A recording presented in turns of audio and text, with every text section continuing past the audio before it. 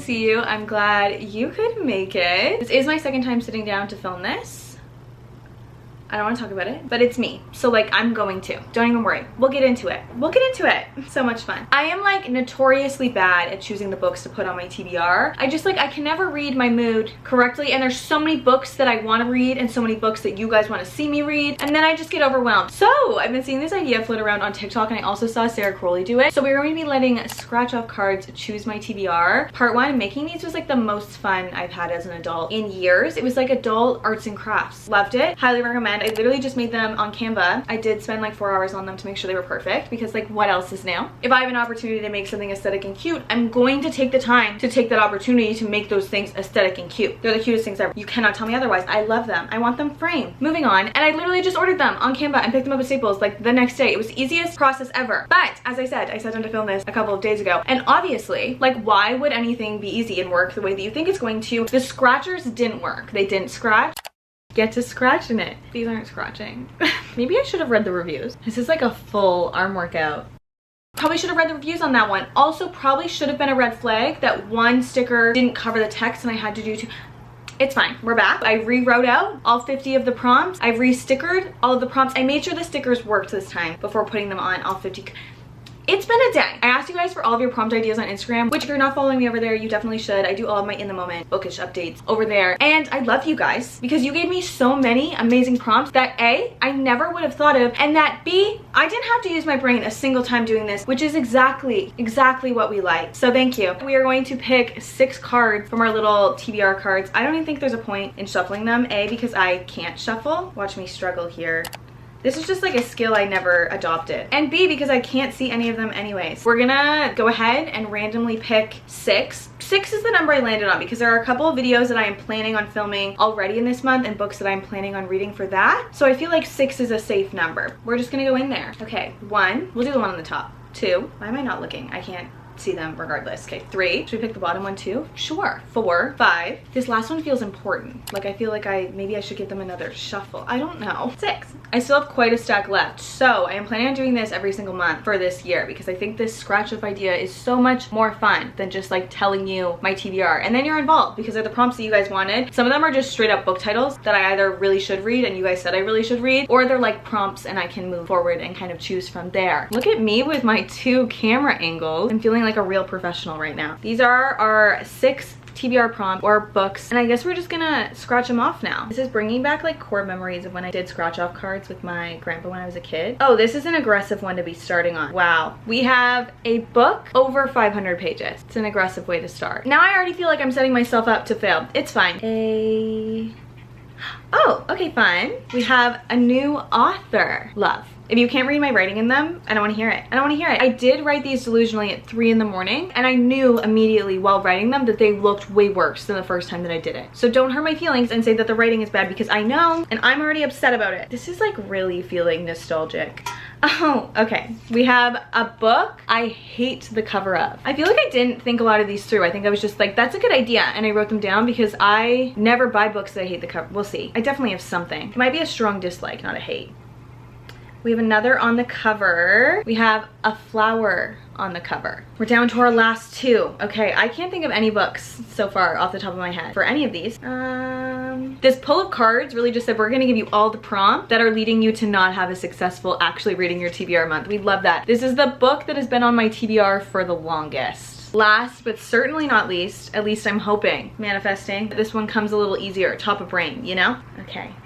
Okay, I can do this one. I can do this. We have the next book in a series, which if you've been watching my channel recently, you would know that I am attempting to finish all of the series that I started. So this is a good one. I'll take this one. Okay, we have our 6 TBR prompts and every single one of them is a prompt. None of them are just read this book. We're gonna go look over my bookshelves and we'll see what I pair with everything.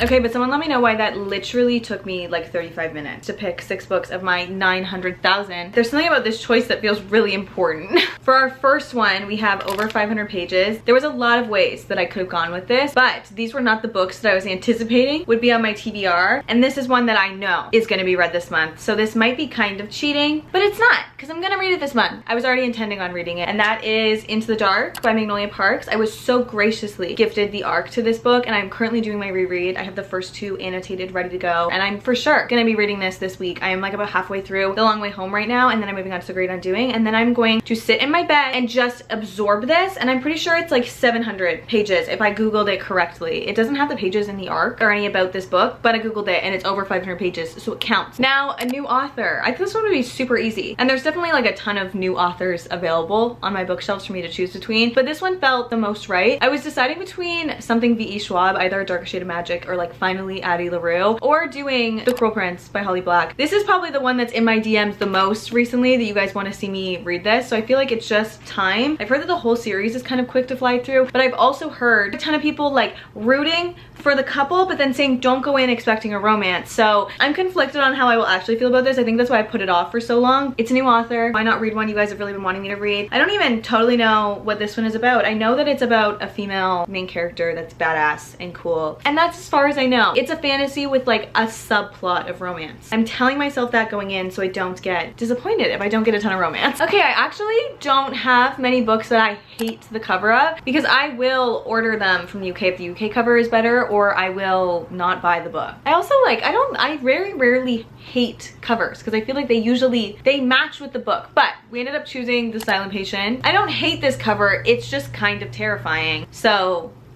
if I had to pick on my bookshelves, this is the one that I hate the most. I've had this on my TBR for an embarrassing amount of time, but not the longest, because the longest book is also in this list. From what I know, this follows a psychologist who is working with a patient who murdered her entire family or murdered her husband and won't speak now, which sounds so fun. The true crime girly in me has been wanting to read this and just has not had a reason to pick it up, so now I'm giving myself an excuse. The next one is a book with a flower on the cover, and I'm really trying to finish series. We're doing The Gilded Cage.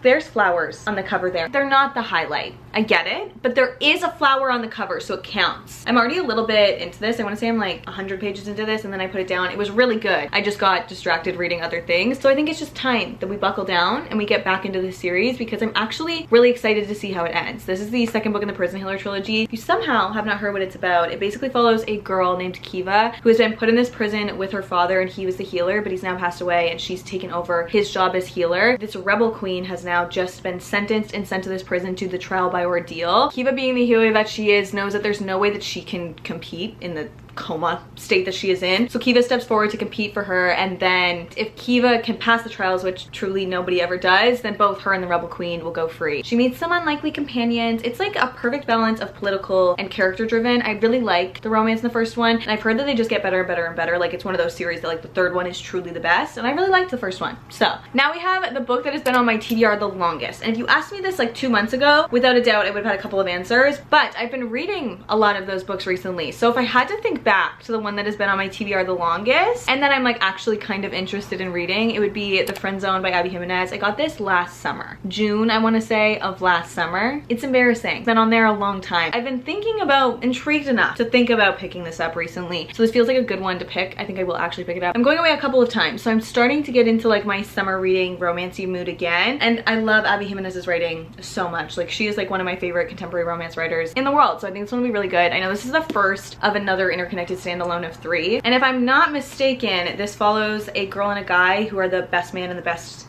not the best woman, that's not what that's called, and the maid of honor at a wedding, and then there's, I think, fake dating or something, or like she can't get in a relationship for some reason. I don't know. But it's Abby Jimenez, so I have really high hopes. And then last but not least, we have the next book in a series, and I am finally going to pick up and finish the Crown of Nyaxia duet. I don't know, do you call it a duet if there's a novella in the middle? Because it doesn't count towards the series. I don't know. This is the second book to The Serpent and the Wings of the Night, which I've talked about a ton. You guys know that that book kind of like really saved me from a slump. The perfect balance of like romance, character driven, and plot driven was like exactly what I needed. It was quick paced, it was entertaining, it was romantic. I really enjoyed the first one, and I loved the novella, the Six Scorched Roses novella. It was so beautiful. It was probably the best novella I've quite literally ever read, and I just have not been able to get to this because I've been starting so many new series. It's a problem. It is a true problem. At least we'll be checking off a full series in this month, hopefully. Here is our official TBR for the month of February, including the Into the Dark on here, and this is actually kind of a really good pull. Like, I feel like I have a book for every mood. Like, I even have a thriller. I have not read a thriller in a hot minute, but I've been kind of in the mood for it, so I have no excuse not to read these. Catch me like a month from now having read read like one of them. We're gonna try and stick to it. I feel like this is a fun way to like actually go through my bookshelves and read everything that is on my bookshelves. I have a couple of other fun videos planned for on here, so this will not be my hard and fast TBR, all I can read for the month. These are the ones that I'm going to set aside and try and read. I feel like having like a TBR and a set of books to pull from versus your full shelf makes like the biggest difference. Let me know how you guys like these little TBR scratch off videos and if I should keep doing them for the rest of the year. You guys give me so many good prompts, so I feel like this is fun. Let me know if there are any more prompts you want to see next month or which of these books you think I need to read ASAP. Love you.